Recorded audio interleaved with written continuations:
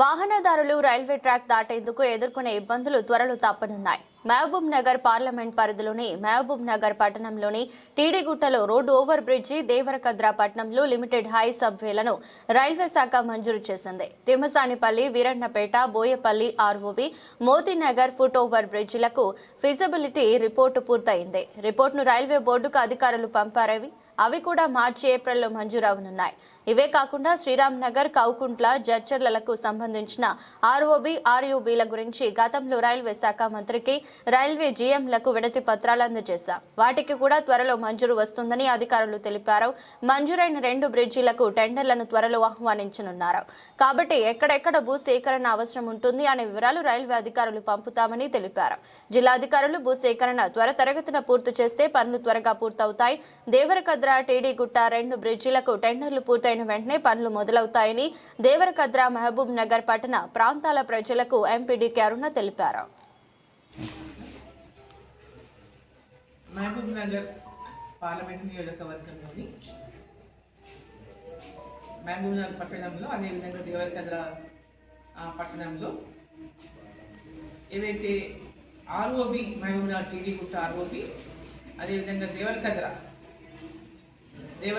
Limited height subway, ఈ 2 కూడా sanction అయింది. దేవరకద్ర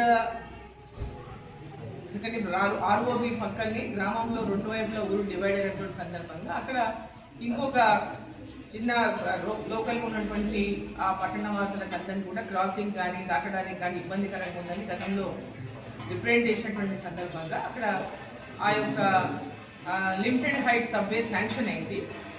సో ఎల్హెచ్ఎస్ శాంక్షన్ అయింది. దాన్ని ఫిబ్రవరిలో టెండర్లు పిలుస్తారు.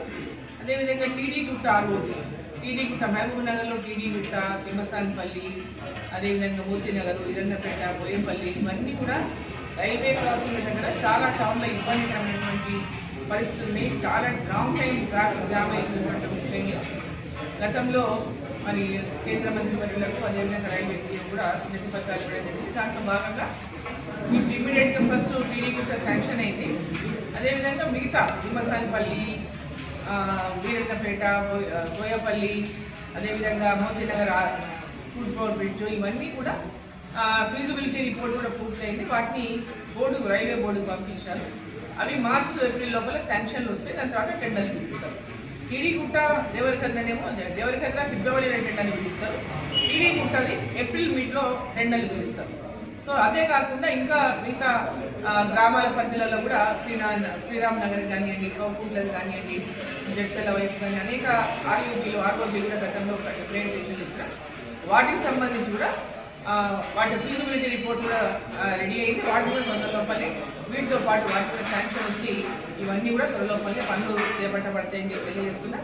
ఈ పనులు శాంక్షన్ అయిపోయిన సందర్భంగా, ఇది టెండర్కు ప్రాసెస్ వస్తున్న సందర్భంగా మనం ఇక్కడ జిల్లా లెవెల్లో కూడా అధికారులు ల్యాండ్ అక్విజిషన్ ఎక్కడైనా అవసరమైన చోట త్వరితగతిన పూర్తి చేస్తే ఈ పనులు కూడా త్వరితగతిన పూర్తయ్యేటటువంటి అవకాశం ఉంటుంది. కాబట్టి మన రైల్వే అధికారులు ఎక్కడెక్కడ ఈ ల్యాండ్ అక్విజిషన్ సంబంధించి అక్విజిషన్ చేయాల్సినటువంటి అవసరం ఉందో వాటిని కూడా వివరాలు త్వరలోపలే పంపిస్తామన్నారు.